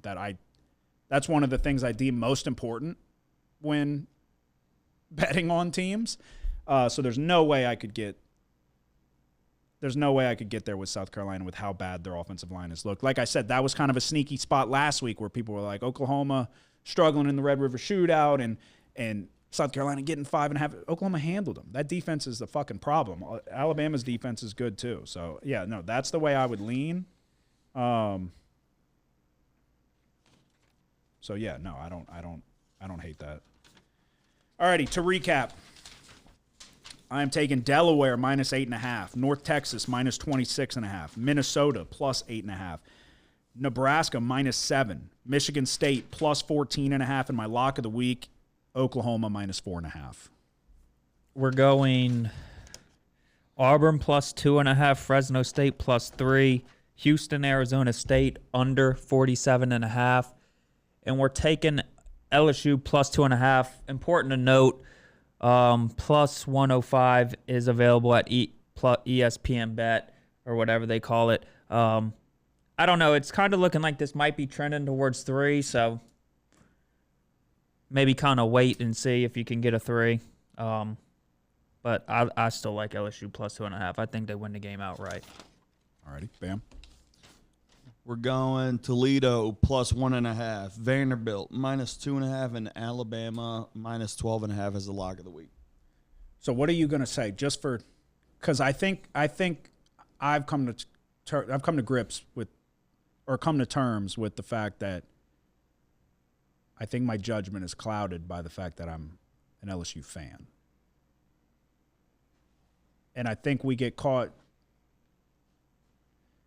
I don't know. Maybe I'm just like an abused dog, I guess, where I just can't do it again. I don't want to do it. I have to do it. But if they get blown out of the water, the fan in me does not want to bet LSU here. Yeah. If they get blown out of the water though, and it's the same, then I shit was we've just seen, wrong. Yeah. No, but I think we gotta abstain from. I don't know. It would be. We shouldn't have been on them last week. This is the week. They're gonna win this game. Where's the schedule at? What are you saying? We're about to make a run? Well, it's this game, the bye, then Alabama. Yeah. We'll probably lose our third game to a team we shouldn't. We'll win this game. Both of these. We'll beat Alabama after the bye, and then we're gonna lose to whoever. Where's the schedule, Bam? Pull it up. Oklahoma is still after Alabama. Yeah. But there's another team. There's another game. All right. Just going forward. You got A&M, you got Bama. Who's after? You got A&M, you got Bama, just said Arkansas, Yeah, they'll lose. They'll Yeah, lose that'll to be the Arkansas. one. Yeah. Western Fucking Kentucky, Petrino, they'll carry him off the field. Let's hope it's not Western Kentucky. and then Oklahoma to end the season. Yeah, it's gonna. We'll beat we're gonna beat A&M. Go on the bye. We're gonna come out of the bye, march into Tuscaloosa. We're gonna beat Alabama. Everybody's gonna think we're back. Bam! Arkansas is gonna knock us out of the playoff. Fucking Josh is gonna celebrate. They're gonna carry Petrino off on their shoulders. All right, that is our best bets for college football. We now turn our attention to NFL Week 8. We'll recap Week 7. This is where we've been making our money. You haven't had a bad college season, not the season you want. I've had a bad college season. The money has been being made in the NFL, though, and specifically on Thursday nights. So we're going to try to do it again. To recap, like I said, it took 7 weeks to have our first losing week in the NFL, speaking for myself. We go 2-3. Thursday night, we had the Bengals plus 5.5. They win the game outright, the legend of Joe Flacco. They did win, right? Yes. Yeah, okay. Yeah, 33-31. That's right, because that's what I was like, wait, I remember Rodgers fucking throwing the deep ball. I'm like, oh, you got to be shitting me. But yeah, Joe Flacco did what he does best. Got the ball. He literally threw it to Jamar Chase 25 fucking times. Jake Browning, that just shows how bad he played, that they went out and got 65-year-old Joe Flacco, and he beat the Steelers. So, Jaguars plus 3 in London. What a fucking I hate the London game. What a terrible start to the day. I've flipped. I hate the London game again. This was so bad. This was so bad. And Puka didn't play. That was part of it. I didn't think Puka would play. I thought you could see. And nobody showed up for Jacksonville. It was the complete opposite of what you expected, where like, oh, Jacksonville's always going over there. They played in London more than any other team. They look like they've never gone over there and were completely jet-lagged. From the start, Trevor Lawrence is a piece of shit. 23 for 48. Brian Thomas is a bitch. He's not good. He completely fell off a cliff from his rookie season. It's an incredible drop-off from the production he had his first year. Stafford looks like the best quarterback in the league. This was a fucking disaster. It was the worst way to start a Sunday. I was pissed from the moment I woke up to the moment I went to bed. Packers minus 6.5. So Packers win by 4. I don't know what to make of this Green Bay team because they should be better than they are. In like everybody's power ratings and all of that, they're still the cream of the crop, basically. But I don't know what it is. And you just I didn't feel like they were ever going to lose. I kept feeling like they're gonna pull it out, but they came to the point where they weren't going to cover. They scored 14 points in the fourth quarter. Micah Parsons played incredible. But yeah, I mean, wrong side. Cowboys plus 2.5 was easy. This was easy. The Cowboys dominated. They beat the brakes off of the Commanders, and this was before Jaden Daniels got hurt. So Cowboys scored 44 points. They won 44-22. They were dominating the game before Daniels went out. And then the lock of the week was the Vikings plus 2.5. Talked about it a little bit earlier. The Vikings lose by 6. Carson Wentz threw 2 interceptions. One of them was a pick six, a fucking terrible pick six where he just didn't see the linebacker, threw it right to him. He threw another ball deep into double coverage, if I remember correctly. Carson Wentz played so fucking bad in this game. 26 of 42, no touchdowns, 2 interceptions.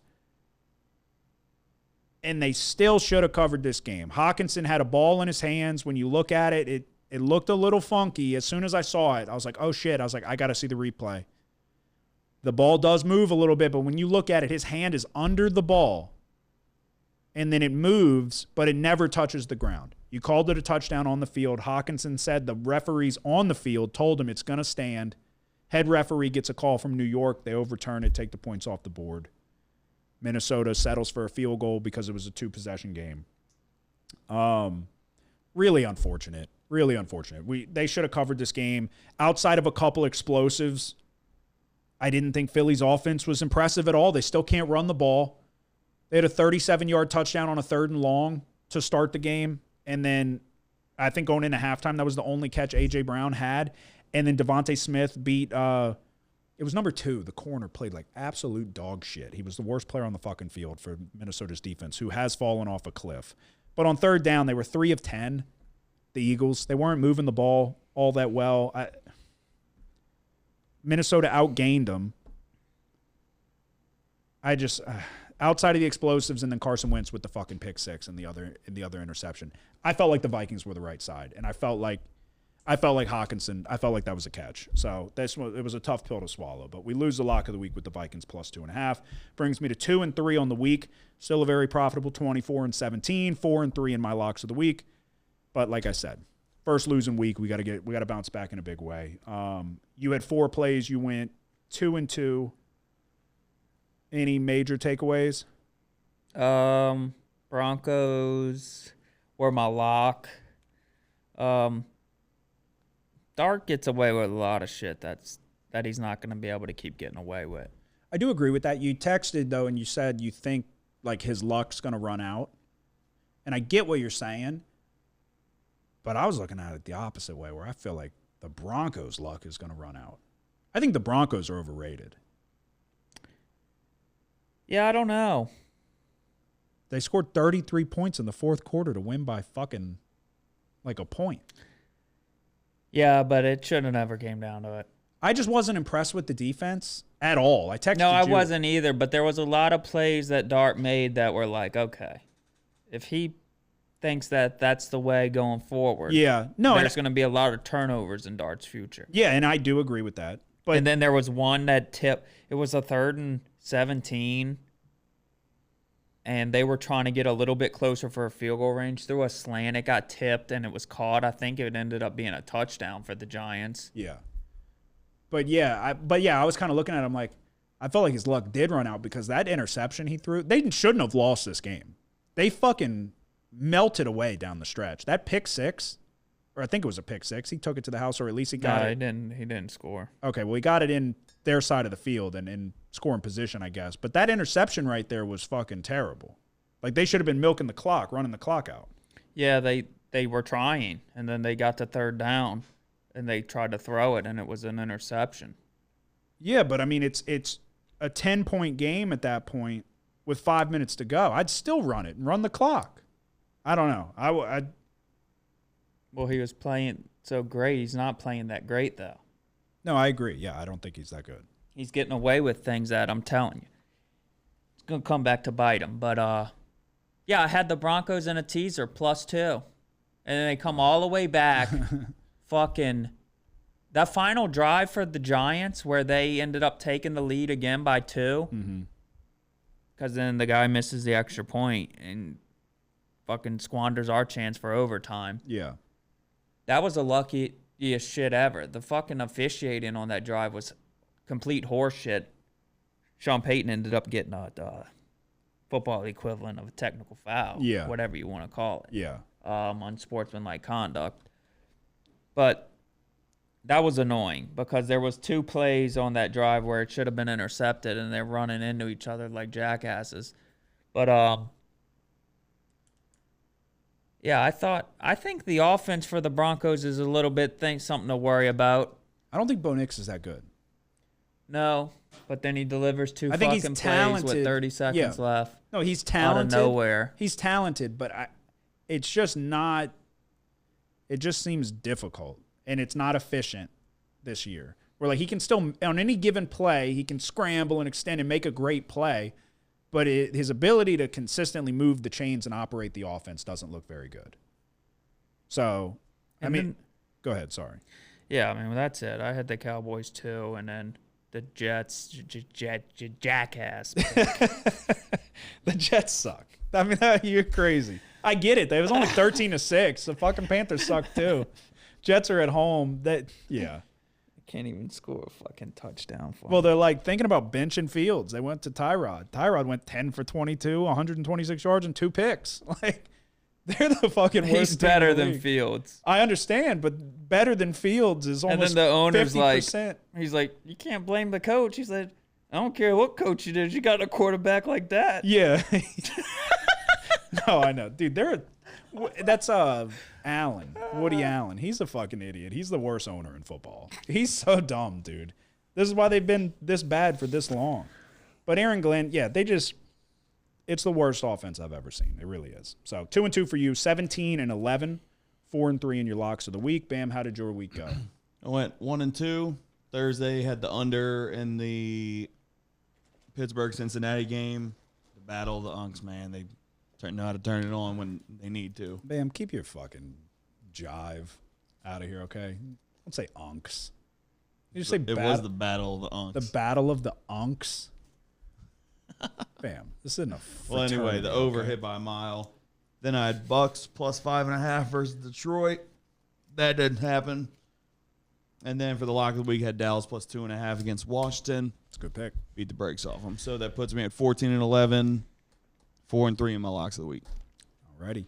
So we turn our attention to week 8, specifically in the form of Thursday night football. I am 5-2 betting the Thursday game. It's been a very profitable run for us, and we're going to try to do it again. It's another tough matchup. Stop me if you've heard that before. Vikings going on the road to take on the Chargers. Chargers are 3-point favorites. The total sits at 44.5. Which way are you leaning, Bam? Just out of curiosity. Total. Okay, we'll get to it later then because we're not leaning the total.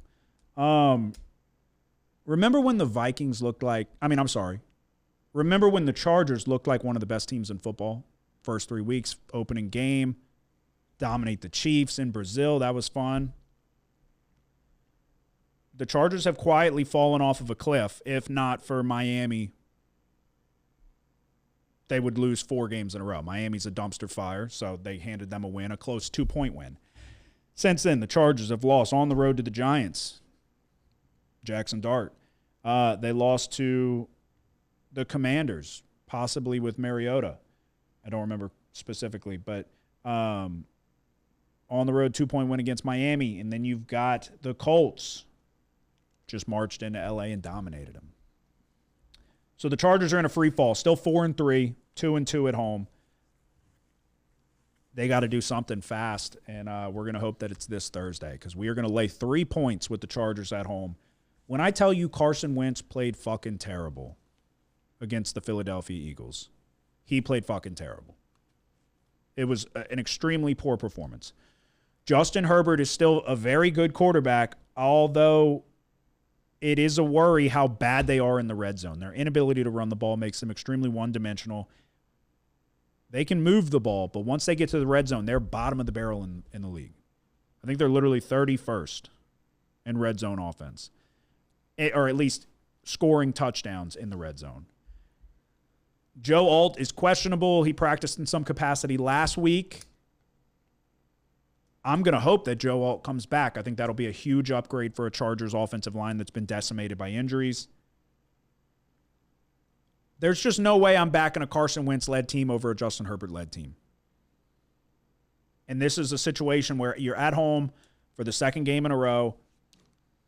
You got to get back on track. I think this is a good opportunity to get back on track for a Chargers team against a Vikings secondary that just got obliterated and just a Vikings defense that has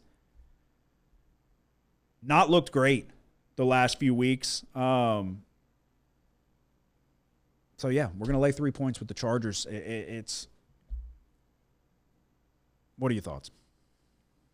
Yeah, I'm on the Chargers as well. How many games in a row have the Chargers lost now? So I said they lost 3 out of their last 4. They got a win sprinkled in with Miami, 2-point win. Oh, yeah, barely. Yeah, on the road, 29-27. Yeah, I mean, even so watching the Chargers, like, the game got out of hand last week kind of early, and then they kind of started clawing back, but it was too little too late. The problem is the defense. The defense looked incredible to start the year, but so Khalil Mack got hurt. He had to go on IR with the elbow. Well, he came back last week in some capacity. Maybe knock a little bit of the rust off. Khalil Mack can kind of get going. They went out and got Odafe Owe from the Ravens, I think it was. He was one of their highest graded defenders, at least pass rushers. So if you can get him, you get Khalil Mack kind of back on track. I want to say Tart got hurt, but I think he's going to be fine. They have the ability to rush the passer. You've got Derwin James in the secondary. The secondary looked like the best secondary in football for the first couple weeks. They had like a record number of passes defensed in a game. So the talent's still there on the defensive side. It's just kind of gone to shit. You've given up 21 points to the Giants, 27 points to the Commanders, 27 points to the Dolphins, and now 38 points to the Colts. You got to get back on track starting right now. And like I said, Carson Wentz played really bad if you can pressure Wentz. I think Herbert is playing well. It's just, they've got to execute in the red zone. They've got to figure it out. And he missed some throws. He didn't play spectacular, but you're asking him. He threw the ball 55 times. He was the leading rusher with 31 yards. They got to figure out a way to get him some type of help to not be such a one-dimensional offense. But I don't trust Carson Wentz. So we're going Chargers -3. Yep. I don't love it. Don't get me wrong. This is not one of those situations that you feel great about, but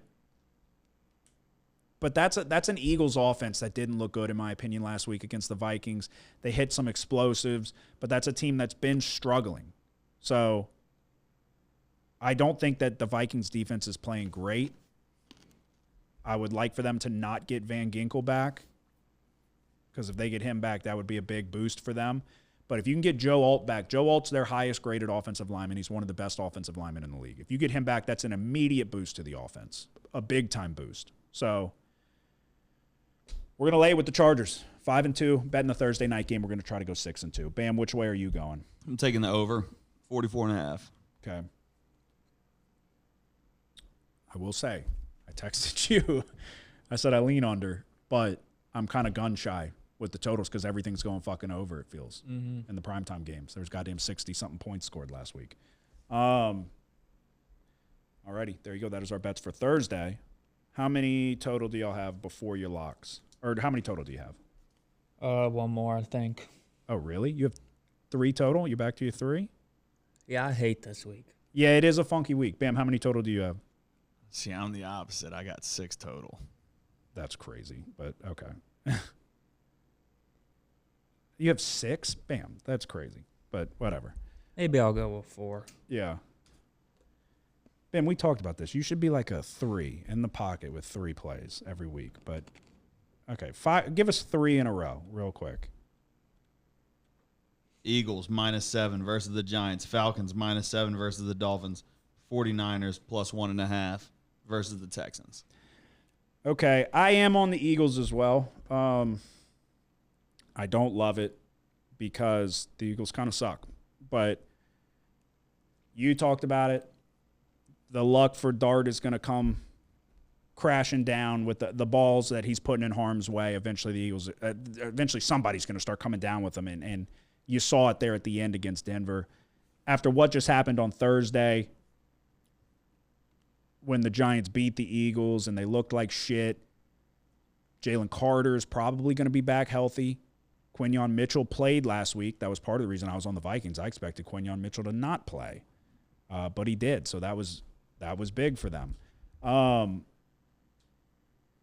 do think it was the Eagles were able to hit some explosives and get the wide receivers the ball. They can stop wearing highlighted colored cleats and crying in the fucking locker room after the game. Defensively, the Giants were kind of in shambles in that fourth quarter. That's what happens when you give up 33 points. But the D-line, Brian Burns was pissed. There's some turmoil going on in that locker room in terms of the defensive play call, and he wasn't happy about how many times they were dropping 8 in the coverage and not rushing the passer. This could be what the Eagles did last year, where they looked like shit and then just went on a run. I don't think that's necessarily going to be the case, but I do think that they'll handle business here against a Giants team that is overachieving mightily. So I will lay 7 points with the Eagles as well. You on this? No. You weren't going to try to get one back out of spite on Dart? I'm on the Bam's Falcons play. Are you? Yeah. Laying how much? 7. against Miami.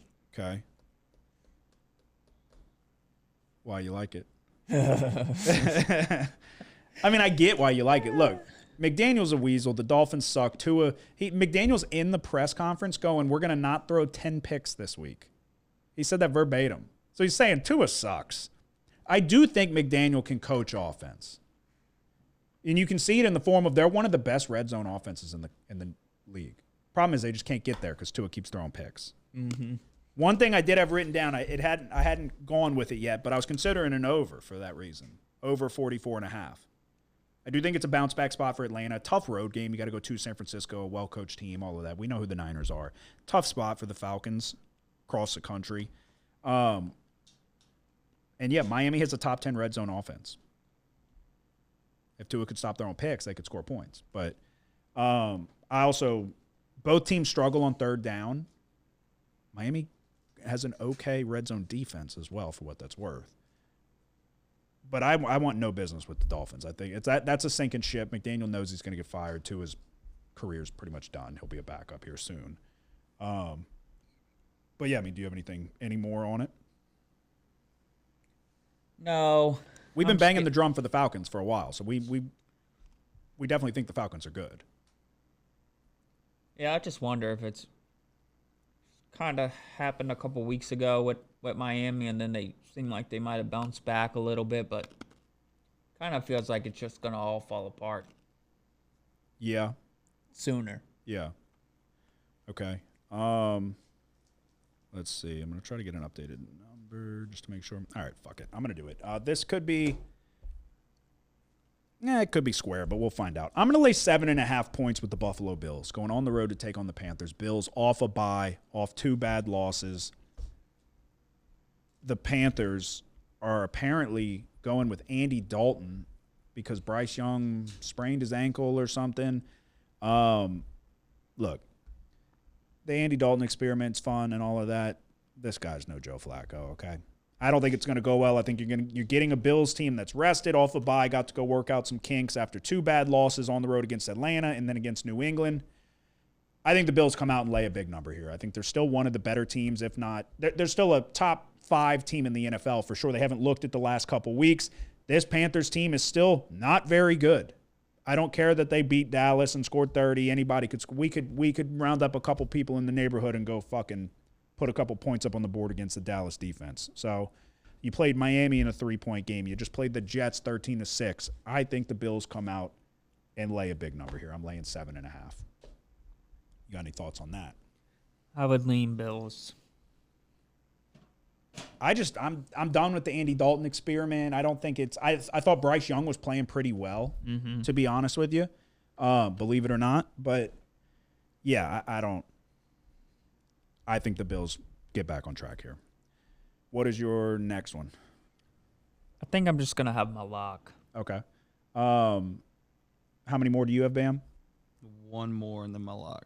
Okay, go with 1 more. I'm going to go back to the Packers -3 against the Steelers.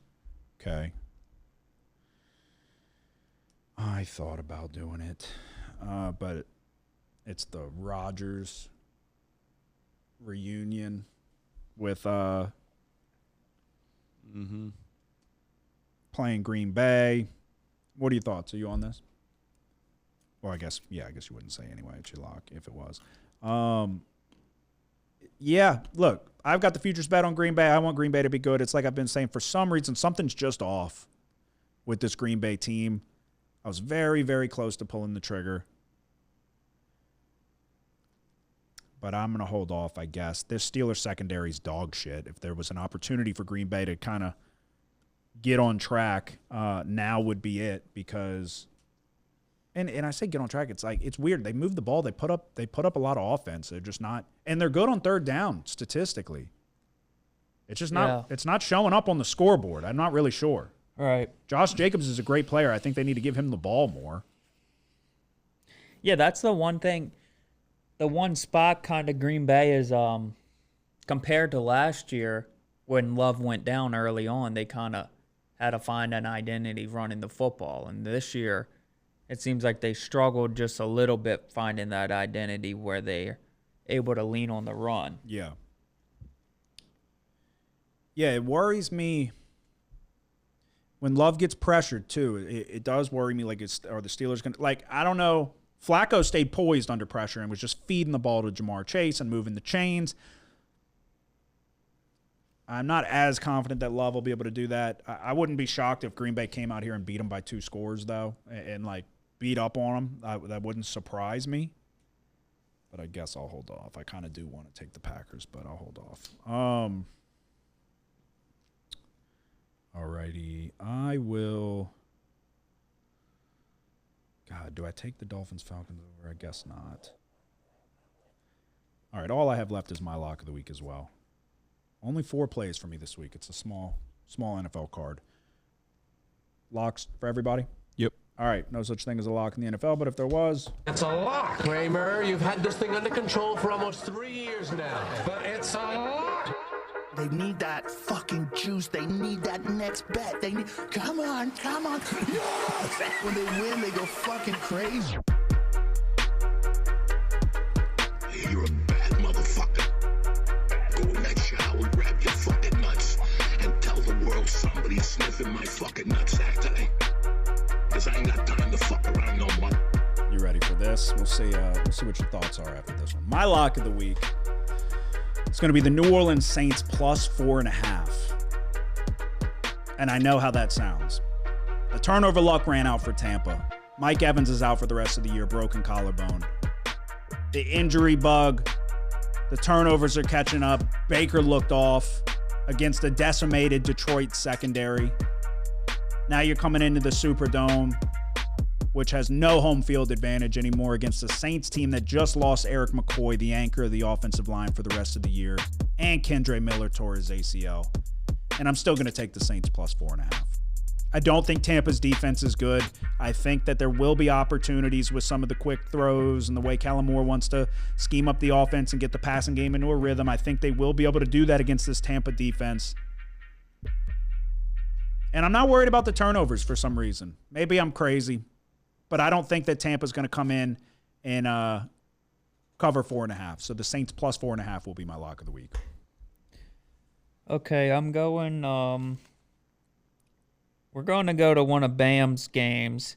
Well, we're going opposite of Bam. Oh, shit. We're going to take Houston, the Texans, minus 1 point at home against the 49ers. Okay. So, Collins, this is something everyone needs to know. Nico Collins, concussion last night. Just one short of a day. He probably is not going to play, right? Game was on Monday. Late game, right? Or was it the early game? No, it was the second game, right? Yes. Yeah, I don't think Nico Collins is going to play for the Texans here, but that has nothing to do with it, right? Because Nico Collins doesn't play defense. Yeah, I was going to say, it shouldn't because I don't know. Because the Texans' offense, they suck regardless. It was the worst I've seen in a long time. Of who's playing on the wide receiver. No, I really do. I like the Texans' defense. It's a strength of their team. I think their record here is not – it's worse than I think the team actually is. And then on the other hand, I think 49ers are the exact opposite. I think you look at the 49ers, I don't think they're a real legitimate playoff team. So I like the Texans here at home. That is kind of hilarious because this morning I texted you unprompted. I was just looking back at stuff, and I watched the whole game. I texted you, Texans are horrifically bad. Seattle played their worst game of the year and still covered. Texans had 4 turnovers, 1 for a defensive touchdown, and a blocked field goal. And that was your lock of the week. I didn't even know. I was just looking back. I was just like. Houston's good, dude. I don't care how they their looked defense last is good. night. Their offense is fucking. Look. They're 1 game away. Did you see the play where Stroud ran 30 yards back and nearly got a safety? They're 1 game away from getting it clicking. I'm telling you. All right, to recap. Small card this week. Thursday night, we're going Chargers -3. Eagles -7. Bills -7.5. And my lock of the week is the Saints plus 4.5. It's a funky week. There's a lot of teams on bye, too. That's something to consider as well. Like 5 or 6 teams on bye. Yeah, Chargers -3. Falcons -7 and Texans -1 for the lock. Bam. Vikings, Chargers over 44.5. Eagles -7. Falcons -7. 49ers +1.5. Packers -3. And then for the lock of the week, the Browns +7. Oh, did I not? Oh, we didn't go to your lock. Okay, wait. You're taking the Browns +7.